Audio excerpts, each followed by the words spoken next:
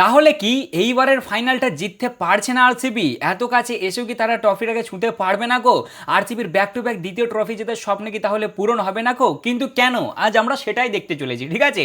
আজ আমরা সেটাই দেখতে চলেছি খাতায় কলমে হিসেব করে, কারণ ভাই সোশ্যাল মিডিয়াতে এখন ভালোই গরম হাওয়া উঠেছে যে এইবারে ট্রফি জেতার চান্স কম আরসিবির এবং ট্রফি জেতার চান্স বেশি জিটির। আর আজ আমরা সেটাই দেখতে চলেছি, কারণ আমরা লোকের কথাই বিশ্বাস করবো না ভাই, ঠিক আছে? আমরা একদম তোমার খাতায় কলমে হিসেব করে দেখবো যে কাদের চান্স বেশি, কাদের দল এগিয়ে আছে, কাদের আর কি তোমার মানে আর কি ভালো খেলতে পারে, সেটাই আমরা মিলিয়ে জুলিয়ে দেখতে চলেছি। কারণ আমরা আজ ফাইনালি এসে পৌঁছেছি বইয়ের শেষ পাতায় অথবা শেষ প্রান্তে, মানে ফাইনালের দিন এসে আমরা পৌঁছেছি ভাই।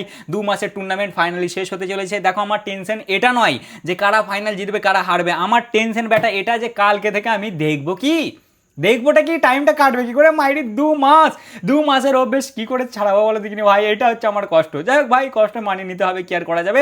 তা আজ আমরা ওটাই দেখতে চলেছি, কারণ ভাই যত যাই বলো আরসিবি সাপোর্টার তো একটু কমই আছে, ঠিক আছে? বেশিরভাগ লোক জিটিকেই সাপোর্ট করছে, কারণ আরসিবি দুটো ট্রফি জিতে যাবে এটা কিছু মানুষ হজম করতে পারবে না গো, বাট আমি হজম করে ফেলবো ভাই, ঠিক আছে? কারণ আমি নিউট্রাল, দিন শেষে যারা ভালো খেলবে তারা জিতবে আর আমি তাদের দলই। আর ওই জন্যই আমরা আজকে দেখতে চলেছি এই যে মানুষজন এত আওয়াজ তুলছে চারিদিকে যে এবারে আরসিবির চান্স কম জিটির চান্স বেশি, সেটা কেন তুলছে সেটাই আজকে আমরা খাতায় কলমে আলোচনা করে দেখতে চলেছি। আর তার আগেই এই যে এই ভাই সাহেব, মানে আমি নিজে কি বলছি, এই মালটা না বিশাল ঢ্যাম না মাল আছে গো, বুঝলে তো?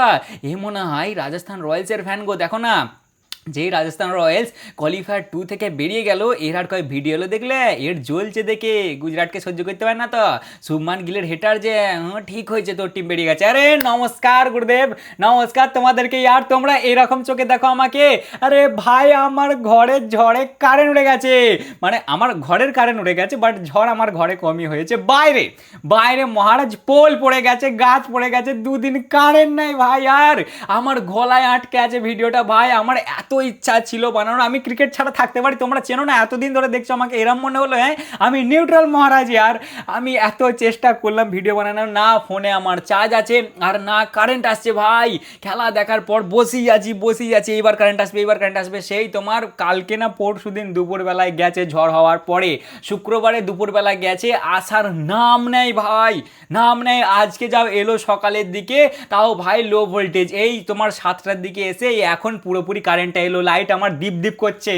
আমি যে আউটডোরে, আমার একটা টাইমে মনে হলো যে আমি বাইরে যে গাছে পালাই যে ভিডিও করে আমি ভিডিওটা ছাড়ি, কিন্তু কি করব, ফোনে চার্জ নেই। আর আমি অন্য ফোন থেকে আমি ভিডিওর কমেন্ট চেক করছি, লোকে বলছে এ মাল হেটার জিটির, এ সহ্য করতে পারে না গুজরাটকে, এর জ্বলছে, এর ফেভারিট টিম বেরিয়ে গেছে বলে। এরকম কিচ্ছু নয় আর, তোমরা এই চিনলে আমাকে এতদিন ধরে, হ্যাঁ বললো দেখিনি ভাই, ঝড়ে আমাদের এখানে সব উল্টে গেছে, আর পোল মোল ভেঙে গাছ মাছ পড়ে 2 দিন কারেন্ট নেই আমার বাড়িতে। এই জন্য আমি ভিডিওটা দিতে পারিনি, আমি এখনো ভাবলাম দিই, কিন্তু এখন আর ভাবলাম লোকজনের কাছে পুরনো হয়ে গেছে, সবাই এখন ফাইনাল নিয়ে মেতে আছে।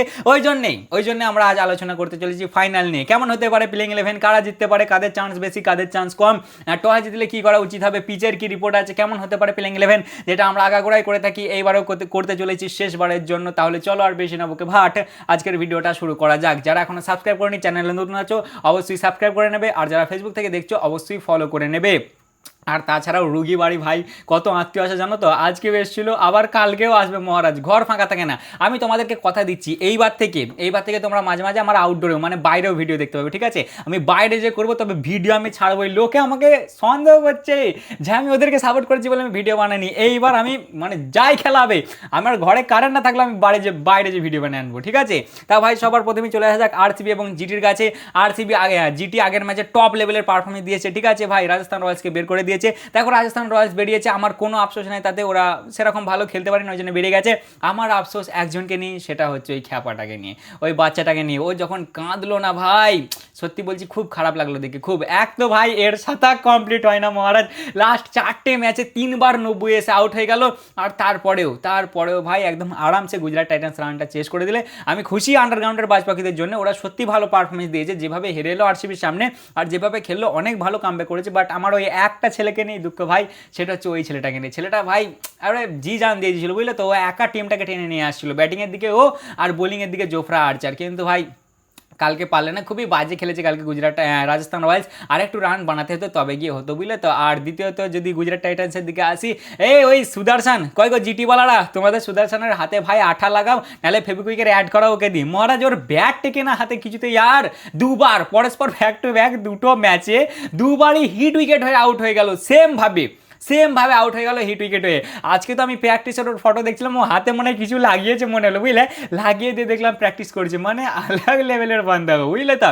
যাই হোক, যা হওয়ার হয়ে গেছে, ওসব দিকে আর যে লাভ নাই। এবার চলে এসেছে আমরা ফাইনালের দিকে, ঠিক আছে ভাই। 2 মাসের টুর্নামেন্ট শেষ হতে চলেছে, আজকে হতে চলেছে ফাইনাল আন্ডারগ্রাউন্ডের বাজ পাখি এবং রয়্যাল চ্যালেঞ্জার্স ব্যাঙ্গালোরের মধ্যে। দেখো দিন শেষে যারা ভালো খেলবে, যারা ভালো পারফরমেন্স দেবে তারাই জিতবে।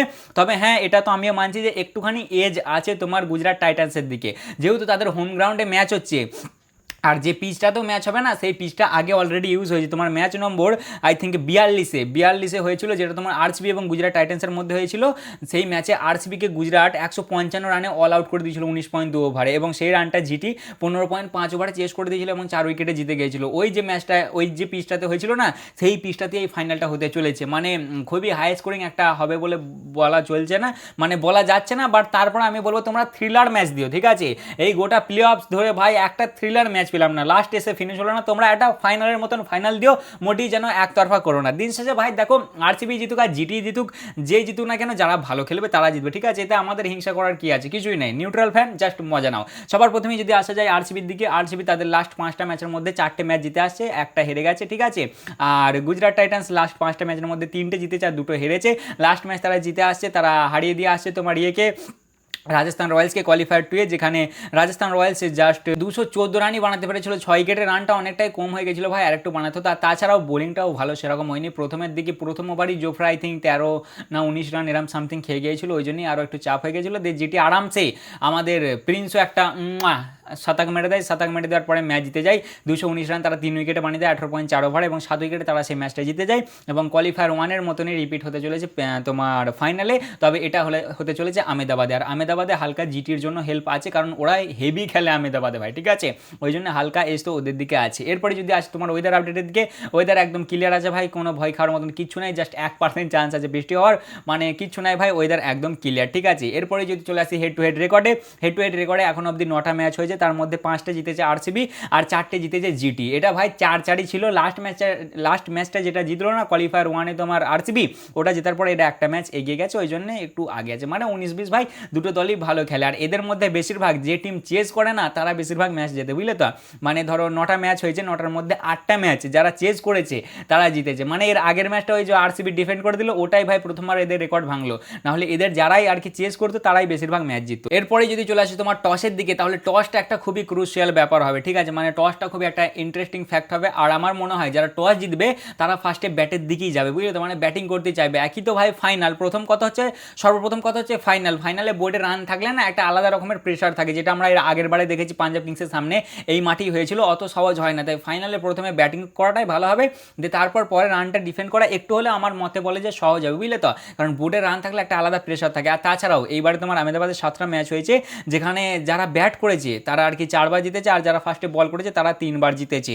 আর এখানে তোমার ব্যাটিং ফার্স্ট করে, হ্যাঁ 7টা ম্যাচে 2বার তোমার 200+ পার হয়েছে ব্যাটিং পার করে, মানে ব্যাটিং ফার্স্ট করে। মানে সেরকম হাই স্কোরিং মোকাবলা তো হবে বলে আমার মনে হচ্ছে না, বাট তারপরেও যারা টস জিতবে তারা ফার্স্টে ব্যাটিংয়ের দিকেই যাবে। আর আমার মনে হচ্ছে কালকে বোলাররা একটু দাবদাবা দেবে, বুঝলে তো। কারণ লাস্ট ম্যাচ যেটা হয়েছিল ওই তো বললামই, জিটি জিতে গেছিলো 4 উইকেটে, 155 রানে আটকে দিয়েছিল আরসিবিকে। যাই হোক ভাই, দিন শেষে যারা ভালো পারফরমেন্স দেবে তারাই জিতবে, ঠিক আছে। এইবারে যদি চলে আসি প্লেইং 11-এর দিকে, দুটো দলেরই প্লেইং 11-এ সেরকম আমি কোনো খাস চেঞ্জ দেখতে পাচ্ছি না, যেহেতু লাস্ট ম্যাচে দুটো দলই ভালো পারফরমেন্স দিয়ে এসছে। তোমার আরসিবি হারিয়ে এসছে গুজরাট টাইটান্সকে কত 92 রানে, আর গুজরাট টাইটান্স হারিয়ে আসছে রাজস্থান রয়্যালসকে 7 উইকেটে। তাই সেরকম কোনো চেঞ্জ দেখতে পাচ্ছি না। আরসিবির দলে হয়তো একটা চেঞ্জ হতে পারে, তোমার ভেঙ্কির জায়গায় হয়তো সল্ট আসতে পারে, সল্ট পুরোপুরি ফিট হয়ে গেছে, বাট তারপরেও আমার মনে হচ্ছে না সল্টকে নিয়ে আসবে বলে, ঠিক আছে। কারণ ভেঙ্কি অতটাও কিছু খারাপ করেনি, ভেঙ্কি ভালোই করে আসছে, যে গোটা ম্যাচে ওকে চান্স দেওয়া হয়েছে আমার মনে হচ্ছে ভেঙ্কি ভালোই করে আসছে, তাই ভেঙ্কি থাকবে আমার মনে হচ্ছে। আর যেরকম আগের ম্যাচে প্লেইং 11 ছিল সেরকমই হবে। আর গুজরাট টাইটান্সও যেহেতু ভালো পারফরমেন্স দিয়ে আসছে, সেরকম ইঞ্জুরির কোনো আপডেট নেই, তাহলে এদের প্লেইং 11 কিছুটা ওরকমই হতে চলেছে। এইবার যদি চলে আসি কি ম্যাচ আপের দিকে, মানে ম্যাচ আপ কেমন আছে। আর তাছাড়াও একটা ইন্টারেস্টিং ফ্যাক্ট বলি তোমাদেরকে, বুঝলে তো, যেটার জন্য মানুষ আরও সোশ্যাল মিডিয়াতে বলছে যে আরসিবির এবারে চান্স হালকা কম। আচ্ছা, 2022 সালে হার্দিক পান্ডিয়া ট্রফি জিতেছিল, 2023 সালেও সে ফাইনালে গিয়েছিল, বাট সেই ফাইনালটা সে হেরে গিয়েছিল। 2024 সালে শ্রেয়াসদার ট্রফি জিতেছিল কেকেআরের হয়ে, বাট 2025-এ সে পাঞ্জাবের হয়ে যখন গেল না তখন সে হেরে গেল। আর 2026-এ এইবার সেরকম হচ্ছে রাজাত পাটিদারের সাথে, কারণ 2025-এ রাজাত পাটিদার জিতে আসছে। আশা করি আমি তোমাদেরকে কেসটা বোঝাতে পারছি, মানে প্রথমবারে যারা জেতে আর দ্বিতীয়বারে যারা ফাইনালে যায় তারা দুবার এর আগে হয়েছে, তারা হেরে গেছে। ওই তোমার 2022-23 হয়েছে হার্দিক পান্ডিয়ার সাথে, 2024-25 হয়েছে শ্রেয়াসদার সাথে, আর এইবারই পাটিদার আছে 2025-26-এ। দেখা যায় কি হয়। আর তাছাড়াও আরেকটা যেটা ফ্যাক্ট আছে সেটা হচ্ছে হার্দিকের পাশে টিম ফটোশ্যুটের সময় যে দাঁড়ায় সেই বেশিরভাগ জেতে। 2023-এ দাঁড়িয়েছিল ধোনিদা, তারা ট্রফি জিতেছিল। 2024-এ দাঁড়িয়েছিল শ্রেয়াসদা, তারা জিতেছিল। 2025-এ দাঁড়িয়েছিল পাটিদা, তারা জিতেছিল। আর 2026-এ গিলদা দাঁড়িয়ে আছে তোমার ইয়ের পাশে, হার্দিকদার পাশে। তোমরা ফটোটা ভালো করে দেখবে, হার্দিকদার পাশে গিলদা দাঁড়িয়ে আছে। যদিও হার্দিকদাকে নিয়েও অনেক নিউজ বেরিয়ে আসছে, ঋষভদাকে নিয়ে অনেক নিউজ আছে, সেগুলো আমি পরে কভার করছি একটা একটা করে, ঠিক আছে? আর কোনো গ্যাপ দেবো না, সব ভিডিও আসবে, তারা তাড়াতাড়ি সাবস্ক্রাইব করে নাও তোমরা, ঠিক আছে? তো ওই জন্যই ভাই মানুষ বলছে, তবে আমি এসবে আমার অতটা ভাই মনে হয় না, ঠিক আছে? যারা দিন শেষে ভালো খেলবে তারাই জিতবে। এইবার যদি চলে আসি কিছু কি ম্যাচ আপের দিকে, তাহলে প্রথমেই আছে ভুবি। আরসিবির দিক থেকে দেখতে গেলে ভুবি এখন অব্দি বাটলারকে 9বার আউট করেছে, গিলকে আউট করেছে 6বার, আর সাইকে আউট করিনি, তবে আউট করেছে মনে হয় না কিছু একটা এরকম দেখলাম। বাট 115 স্ট্রাইক রেট ভুবির সামনে শাহির, এটা একটু দেখার মতন আর কি খেলা হবে, কারণ গুজরাটের টপ 3 মেন ব্যাটিংয়ের দিক থেকে, ঠিক আছে? যেমন ওদের বোলিং টপ আছে সেরকমই ব্যাটিংয়ের দিকে ওদের টপ 3 মেন, ওই টপ 3কে ফেলে দিতে পারলেই ম্যাচ আরসিবির, কিন্তু ওটাই তো সহজ নয় না। ওই তো বলে দেওয়া হয় মুখে যে টপ 3 ফেলে দাও ম্যাচ তোমাদের, কিন্তু অত সহজ বলে দেখিনি। হ্যাঁ, আর এরপরে যদি চলে আসে তোমার কোহলিদার কাছে, কোহলিদারও হালকা রেকর্ড খারাপ আছে। কোহলিদাকে হোল্ডার 4বার আউট করেছে, রাবাডা 5বার, এবার আর প্রসিদ এবং রাশিদ মিলে 3বার করে আউট করেছে। তাই কোহলিদারও হালকা রেকর্ড খারাপ আছে, তবে কোহলিদার তোমার ইয়েতে আহমেদাবাদের গ্রাউন্ডে রেকর্ড ভালো আছে। আর এক্স ফ্যাক্টর অবভিয়াসলি গিলই থাকবে, কারণ গিলের ভাই তোমার ইয়েতে খুবই রেকর্ড ভালো আহমেদাবাদের গ্রাউন্ডে। গিলের তোমার গত 32টা ইনিংয়ে 7টা 50 আছে আর 4টে 100 আছে, মানে প্রিন্স কি গুজরাট কা দিল শুভমান গিল ভাই, জানোই তো ওরকম টপ লেভেলের পারফরমেন্স দেয়। এরকমই ছোটোখাটো কিছু ম্যাচ আপ আছে, বাট ওই দিন শেষে যারা ভালো পারফরমেন্স দেবে তারাই জিতবে। আর আমার প্রেডিকশন থাকছে কেউ নয়, আমি বলবো না ওই ফাইনালের পরে আমার নামে চাপিয়ে দেবে যে তুমি বলেছিলে বলে আমরা হেরে গেছি, না গুরু, ওসব আমি বলছি না। তা মোটামুটি এই ছিল একটা ছোটোখাটো আলোচনা, ঠিক আছে ভাই? টস যারা জিতবে তারা ফার্স্টে ব্যাটিংয়ের দিকেই যাবে, আর ব্যাট নিয়ে একটা বড় স্কোর লাগিয়ে দিয়ে ডিফেন্ড করার চেষ্টা করবে। যারা জিতবে তাদের দ্বিতীয় ট্রফি হবে, আর যারা হারবে তাদেরকে কি আর বলো ভাই। বাকি দেখা হচ্ছে আবার পরের ভিডিওতে। চলো তাহলে আজকের জন্য এতটাই, ভালো লাগলে লাইক কমেন্ট শেয়ার অবশ্যই করবে। আজকের জন্য এতটাই, তাহলে দেখা হচ্ছে আবার পরের ভিডিওতে। চলো ততক্ষণের জন্য টাটা।